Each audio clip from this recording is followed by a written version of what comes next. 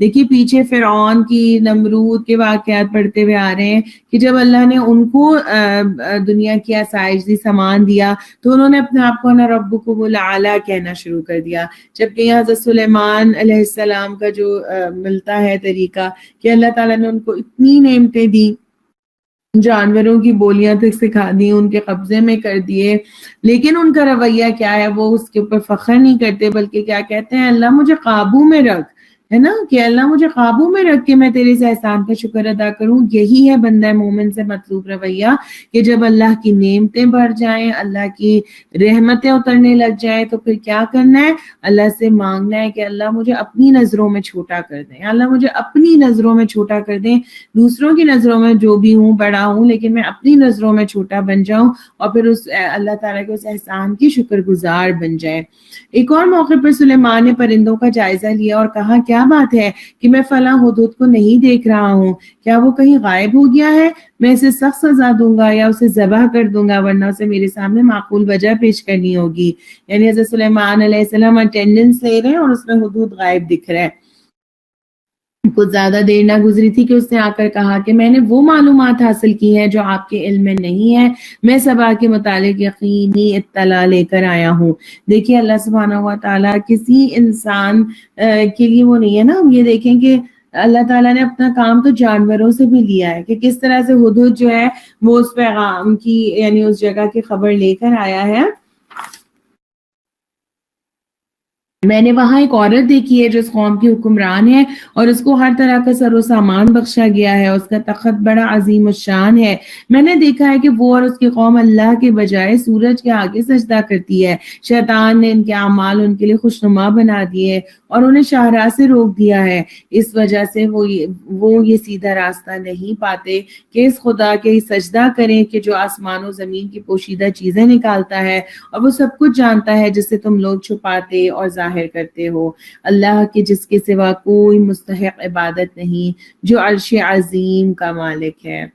سبحان اللہ. دیکھیے کس طرح کا تعارف وہاں پہ رکھ رہا ہے، ہدہد نے رکھا، اور یہ بھی آیت سجدہ ہے. انشاءاللہ یہاں پر ہم سجدہ بھی کریں گے، اور یہاں پر ہمارا ٹائم بھی پورا ہو گیا ہے، تو باذن اللہ یہیں پر رکیں گے انشاءاللہ. آیت نمبر 27 سے زندگی رہی تو کل ہم سورہ نمل کو کنٹینیو کریں گے. جزاکم اللہ خیرا کثیرا وما علينا إلا البلاغ ربنا تقبل منا إنك أنت السميع العليم وتب علينا إنك أنت التواب الرحيم. سبحانك اللهم وبحمدك نشهد أن لا إله إلا أنت نستغفرك ونتوب إليك. السلام علیکم ورحمۃ اللہ وبرکاتہ.